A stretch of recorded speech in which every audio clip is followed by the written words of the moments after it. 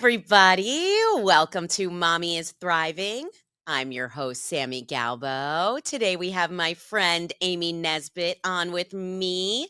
Welcome, Amy. Yay!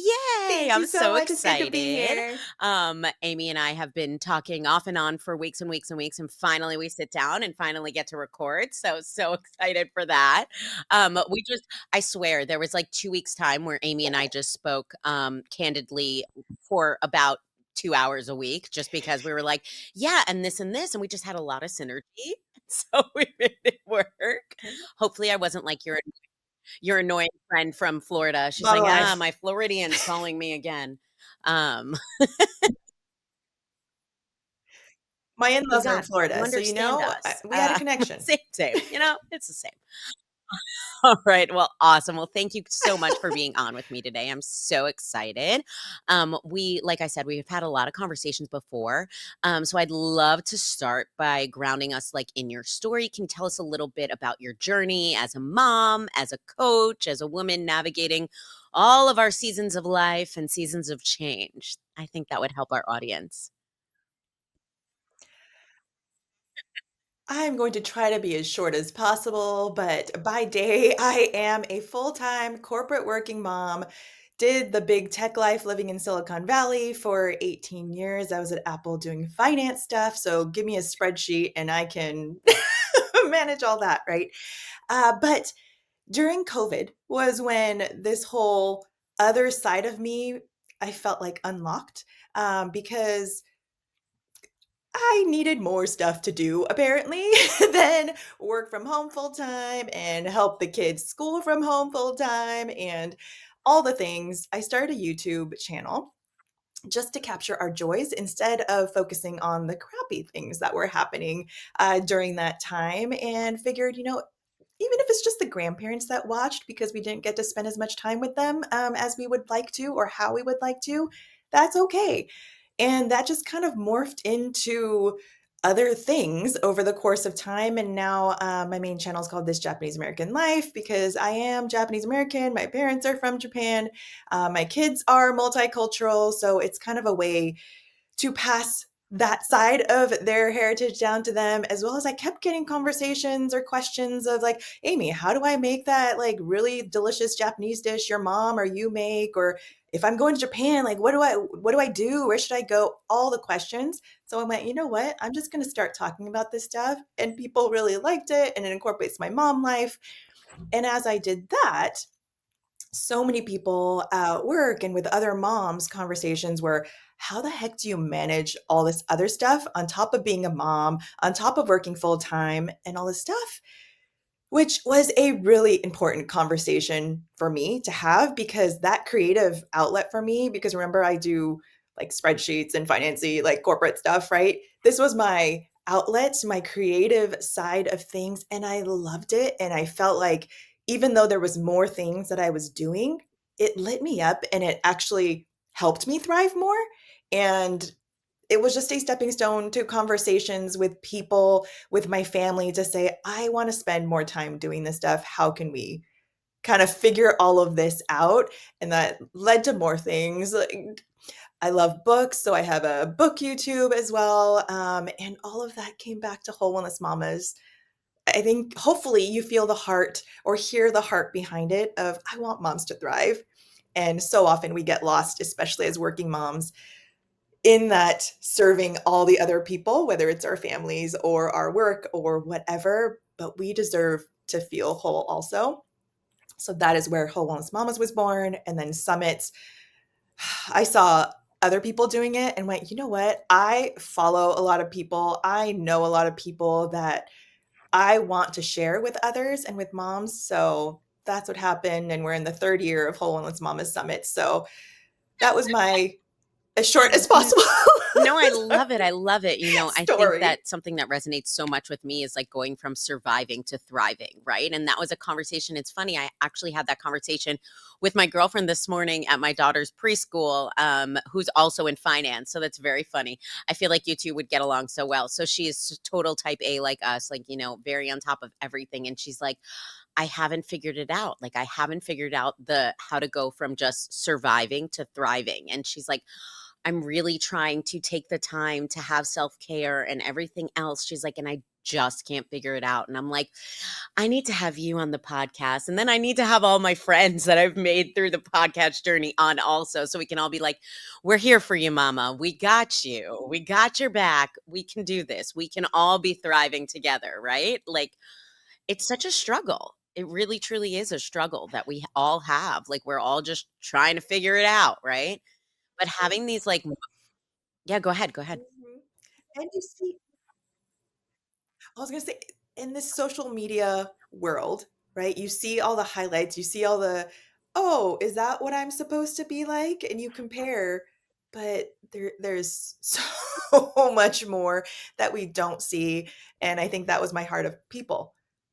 Everybody deserves community, everybody deserves to be seen, everybody deserves to feel Exactly, encouraged and say, exactly. "You're No, not I love alone." that, I love So, that, and I think that that's is why my you heart and I, behind like, it. we're very kismet in Mhm, that regard, like, we're very connected because of it's the same, right? Like, we just want everybody, all of our journeys look different, and all of our journeys there's no right way to do life, there really isn't, and, everything that I go through, with losing my mom and, parenting without her and parenting without a mom, like that resonates with some people, you being a Japanese American and trying to mhm, pass down the traditions and that really resonates with people. And it doesn't matter if they're Japanese or not Japanese, it's really just trying to figure out ways to bring mhm, down the transitions, right? The traditions, excuse me, like bring in the traditions to everyday life. And it's so amazing, all of that, because, it's hard because for me, especially, I find it hard because I don't have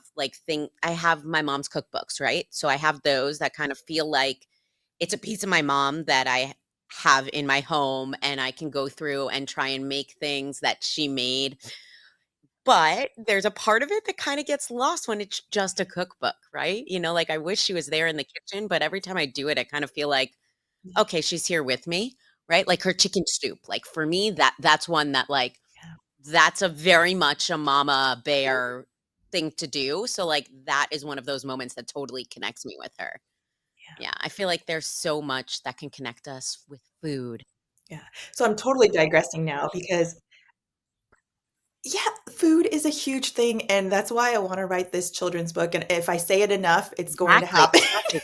Say it for But I it's think going out there into the is something universe, that's magical. it, it's happening.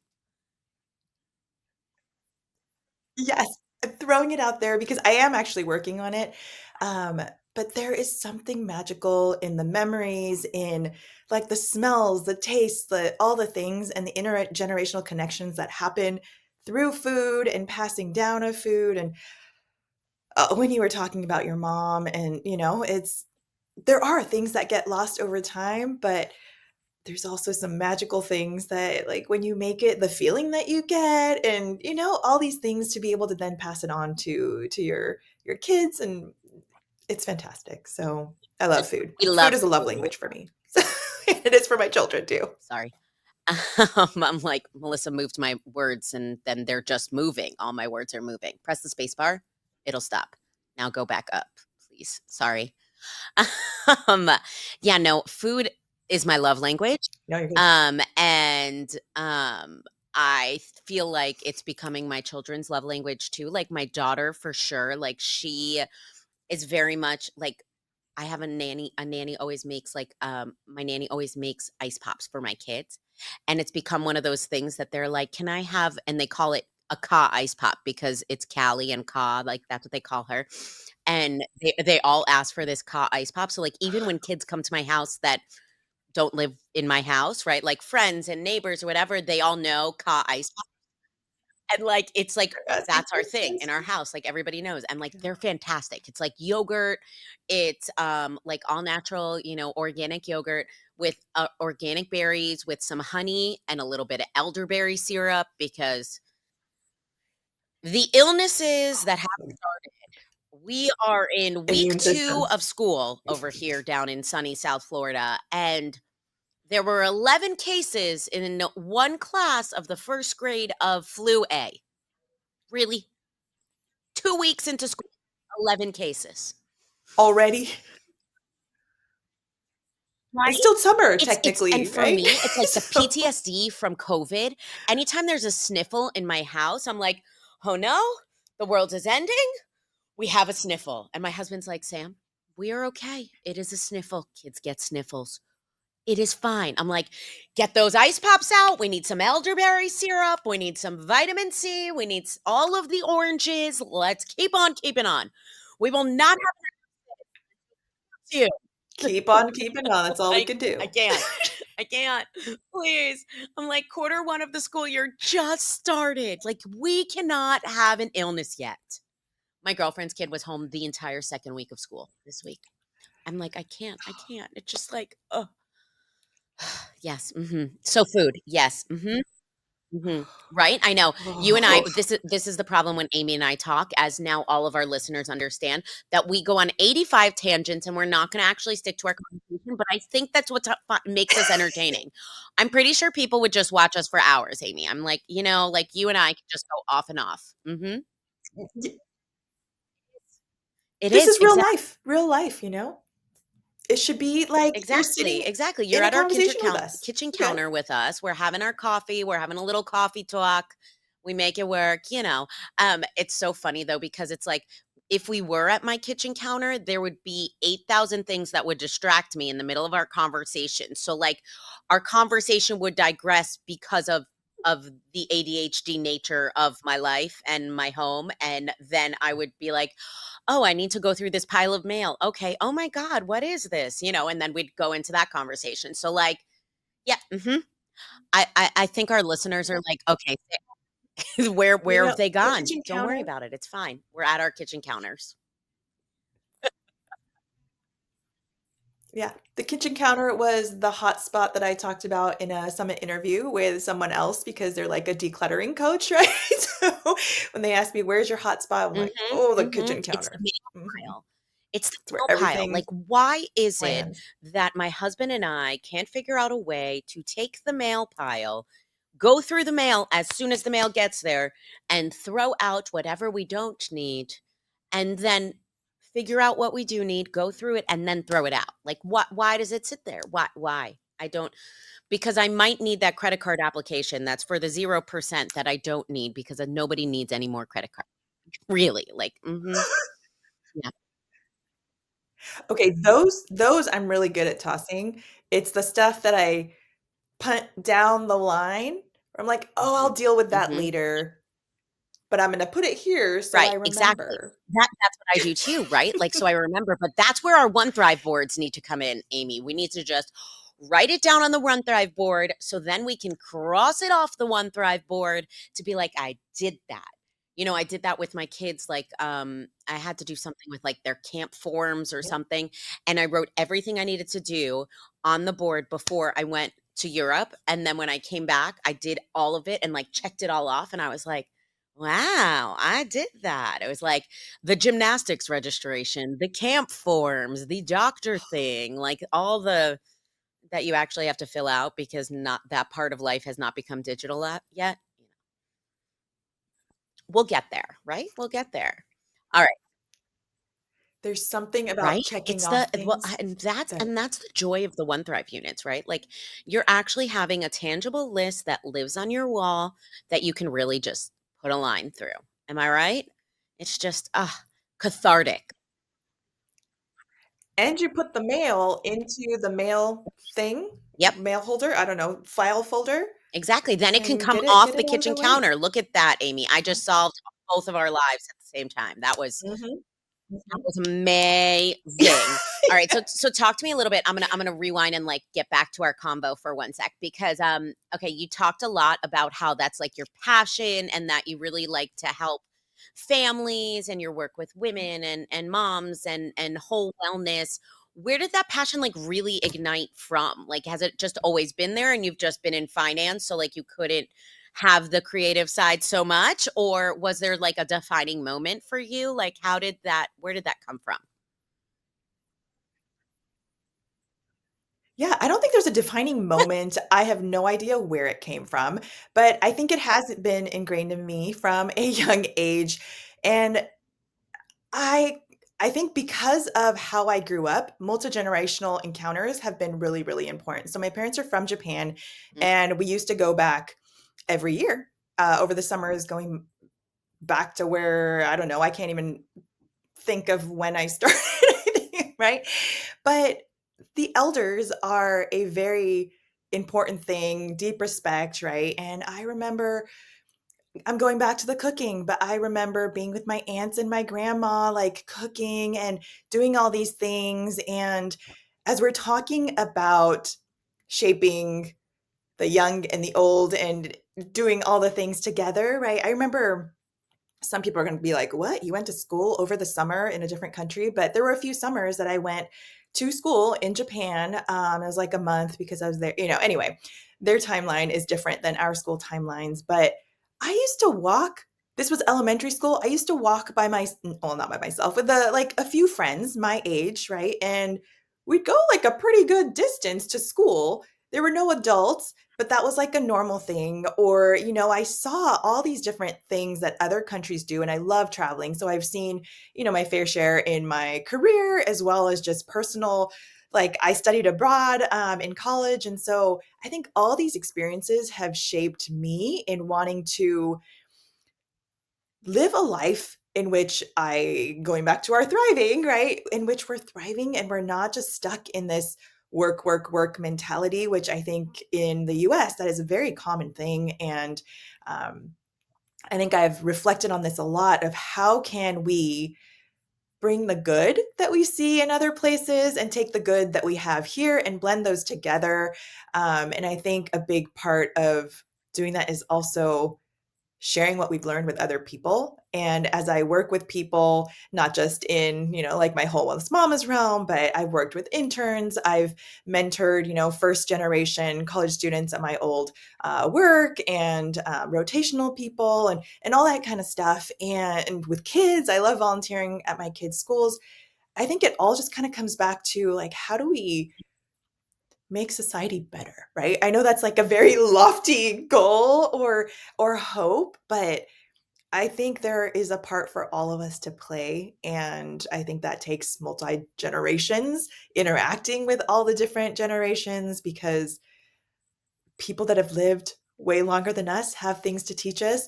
People that have not also have things to teach us, and I'm amazed every time I have these multi generational connections and feel fed in my soul through those.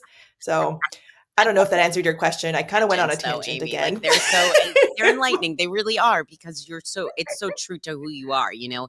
You were, that burnout and that we all kind of go through, right? There's so many women out there, I'm sure, listening or not listening, that might be in that space where, their life feels full, but they're not fully present, right? They're having the issue of the mommy burnout, they're kind of running through life on autopilot, and not feeling truly present.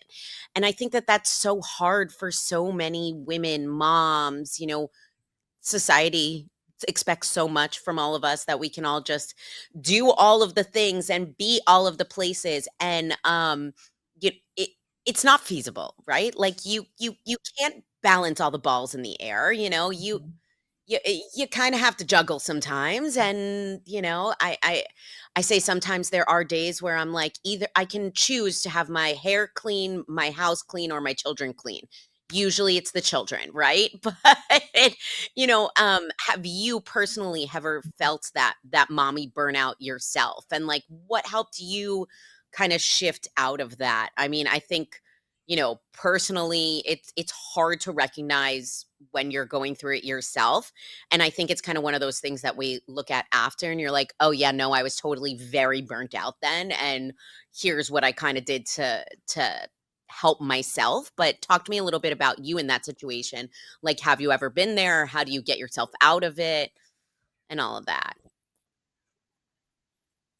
Have I ever been there? I'm like, who hasn't felt overwhelmed, right? Especially as busy moms. Yeah, this is just a conversation that we keep having over and over. But kidding aside, as far as multitasking, just yesterday I was taking my kid to Little League and thought I knew the directions. I even had the GPS, but I was thinking about work and totally went a different direction because I thought I knew where I was going and then went, "Oh, wait, I'm going to the wrong place," right? I was on autopilot, Little autopilot but to the moment. wrong place. And I think we as humans have a tendency to get overwhelmed or go on autopilot or avoid the things that are hard, right? But I have found, and I made some big life decisions lately. We made a big move, right, from Silicon Valley to San Diego. And these are all things that my husband and I had been thinking for a while of, do we really want to live in Silicon Valley? I mean, the last job I was in that role and in that group for 12 years. I never thought I'd be in the same group or role for 12 years. And there were struggles, where every handful of years I went, okay, is this where I'm still supposed to be? Or am I avoiding trying something new? Am I avoiding, stretching myself in some way? Am I like, those are the questions I had to ask myself? Or is this really where I still feel like I am supposed to be in this point in time? And there are a number of things that kept me there. But I didn't want to live in a way where I was scared of not being comfortable, of doing something. I didn't want to live in fear, right? I guess is the end. So all that to say, we made the big move even though we left the job, but we felt like the move was in alignment with our values for our family of wanting to spend this time while the kids want to spend time with us, to be able to have the luxuries that we wanted to if we wanted to make these big life changes. And so we went into the unknown. Things have worked out so far. We ended up doing two different jobs, that this is going to be a longer story. So I'm going to leave it as we went back into the corporate life again, both of us. But it was just all these things where we had to evaluate for ourselves. No, I was just saying, did you think that when you moved to, San Diego that you weren't going to be, in corporate America? Like, did you think that by that move you weren't okay, okay. I thought about it. Yeah. I So the reason we moved, a lot of it was, well, we have more opportunity if one of us didn't want to work or if we wanted to pursue different things. And there's a number of things that aligned with saying yes, go try it out. And my husband is the practical engineer mind, that said nothing is permanent, right? So if we want to come back, we can. But if we think this is where we're, called to take the jump, then let's do it. And things didn't work out where I could work remote. And so I went, well, you know what? Maybe this is the universe telling me to go do my creative thing full time, or who knows? But then other doors opened up. And so we said, okay, let's go with what feels right, what feels aligned with what our values are for our family, and we can always change, right? I think that's the value or the beauty of life is we can always change things. We have the power to do that. We shouldn't feel like, okay, this decision is going to hold me forever. Some are more permanent than others, um, but we always have the power to change, and things change, circumstances change, and we're allowed to change our minds on things. I love So that, I love that. Yeah, yeah. sometimes when one door closes, another door opens, and, the universe has interesting ways Mhm. that it, is a major puppeteer in our lives, and, sometimes you just gotta listen to the universe, right? Like, I don't know, I'm like Oh, I was just gonna say, when I look back on all the different things that have happened, I just said yes to things. I was open to things. Like, I never thought I would do finance, and yet when Apple had this program with finance, it was like the first year they were doing this finance program, and I just said, "Okay, let's go see because it's Apple." And then, I was there for 18 years, and then The YouTube thing, I was like, oh, I don't know that I want to do like YouTube, but then, oh, okay, let's just try it. And then it became this thing and all these things. I never thought I would be doing summits. I never thought I would have multiple YouTube channels. I never thought I'd have a podcast, but here we are. And the people that I've been able to talk to and connect with through it, and moms that I've been able to impact because of it, and people that have spoken into my life because of it, just be open to all the different opportunities and doors I that love that. open. I love that so much. And I think that, the world is ever changing and like everything changes all the time, right? So, I there was a point in my life where I was like an influencer. Like, why should I look into that? Like, why do I care what other people are doing on the internet and all this stuff? And now I'm like, oh, I get it. Like it was all those things that I was just like, why? Like, why do people share so much online? And I was like, oh, it wasn't until that like I needed to hear some of the things that people were saying on the internet before I was like, oh, okay. Right. Like, I think that social media had such a big impact in my like mental shift when after my mom passed away and like all the grief that I was dealing with and like still being a mom and all these cookie cutter people on the internet where like their lives looked perfect and it wasn't until one of them was like, no, my life isn't perfect and here's all the you know stuff I'm dealing with. um and Mhm. motherhood changes everything and how Yeah. we live and how we deal with all of our emotions and our states. And I always say like I'm a mom first and an employee second. Like COO of my life is first and foremost, and then my work COO-ness is second, right? Like yeah. Talk to me a Mhm. little bit about, so you worked at Apple for 18 years, and when you became a mom while working at Apple. Mhm. Yeah. All right. So Mhm. talk to me a Yeah. little bit about how that changed the Yeah. way that worked, led, professionally and at home while working. Like, talk to me about like that shift for you and what that kind of looked like. We had so many conversations, us moms in the office, and we were going, we get it done, because we know that we want to get out of there around a certain time. Like if we have pickups or something, then you have a time that you want to get out of the office, right? And so I think there was less, I don't want to say playing around, right? But you know what you need to get done and you get it done. And we were like, you know what? If you need something to be done, you call that mom in the office and we will get it done.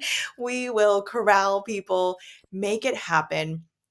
I feel like we just have a lot more empathy for other people.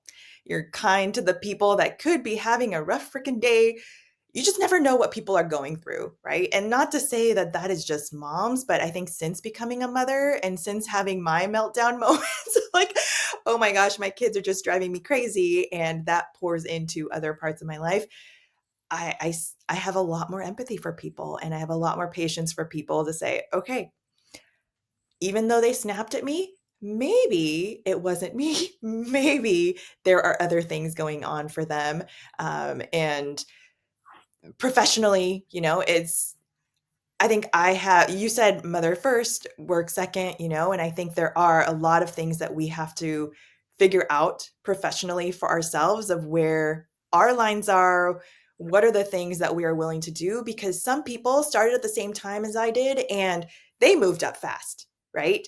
But they also put in I don't know how much time, been working around the clock, whatever. I don't know what their relationships with family looks like. But for me, I knew that my family time was not going to be sacrificed at the price, right? Of I never thought I was going to be like CFO, all that kind of stuff. That was just not my aspiration. But obviously, everybody wants to be recognized. Everybody wants to, all those things. Of course, I wanted that. But for me, priority has always been balance in my life as much as possible. Balance, right? Because sometimes it's going to be more, sometimes it's going to be less. The phase, the time, it's all going to be different. But I knew what I wanted for myself professionally and for my family life. And I think motherhood just has a way of really shining lights on the things that you want to spend time on. And when it gets skewed and you're like, oh my gosh, I missed that big thing for my kid, it hits you, right? And you go, okay, something's got to change. And there's ways that, as we're talking about the universe and signs and doors and whatnot, there are ways to gently tell you that things are going well or things are going wrong. And there are doors in your face and fall on your, face moments that really tell you, okay, what is your priority? What do you want? Priority is such a big one, right? Like I feel like there are different priorities through every season of our lives, right? There's different priorities day to day, there's different priorities hour to hour, and it's really just that balancing, right? And making sure that you are balanced and you give yourself grace in the process too, because, you aren't always Mhm. balanced, and it happens, and it's okay, right? I was at soccer practice with my son last night, and it's like I want to watch, but then I have my 4-year-old there also, and I called in backup. I called in my cousin, and I was like, "What's the probability you can come meet me at a park right now and stay with my daughter for an hour so I can actually watch my son?" And she was like, "No problem. I'll be right there." And it was amazing to be like, "Okay, I outsourced a little bit, and it was just necessary in the moment because I wasn't able to balance. Like, I can't be in 2 places at once. My daughter wanted to go play in the playground, and my son was in front of me playing soccer, and it's like, and I know that's like such a microism, but you get the mom guilt because you're like, I should be the one playing with my daughter in the park, but I can't do both things. I can't be in both places. And every once in a while, my son looks up from the Mhm. soccer field just to make sure that like I'm watching. And it's hard, man. Being a mom's not easy. The balancing, the balancing. Hey, Mama. Thanks for listening. That wraps up part 1 of our episode with the incredible Amy Nesbitt. This is Mommy is Thriving, and I'm your host, Sami Galbo. Stay tuned because in part 2, we've got more inspiring conversations and an amazing giveaway just for our fans. If you've missed an episode, now's the perfect time to catch up on Spotify, Apple Podcasts, YouTube, or wherever you love to listen. Thank you for being here and for supporting the Mommy is Thriving community. I can't wait to share what's next. See you soon, Mama.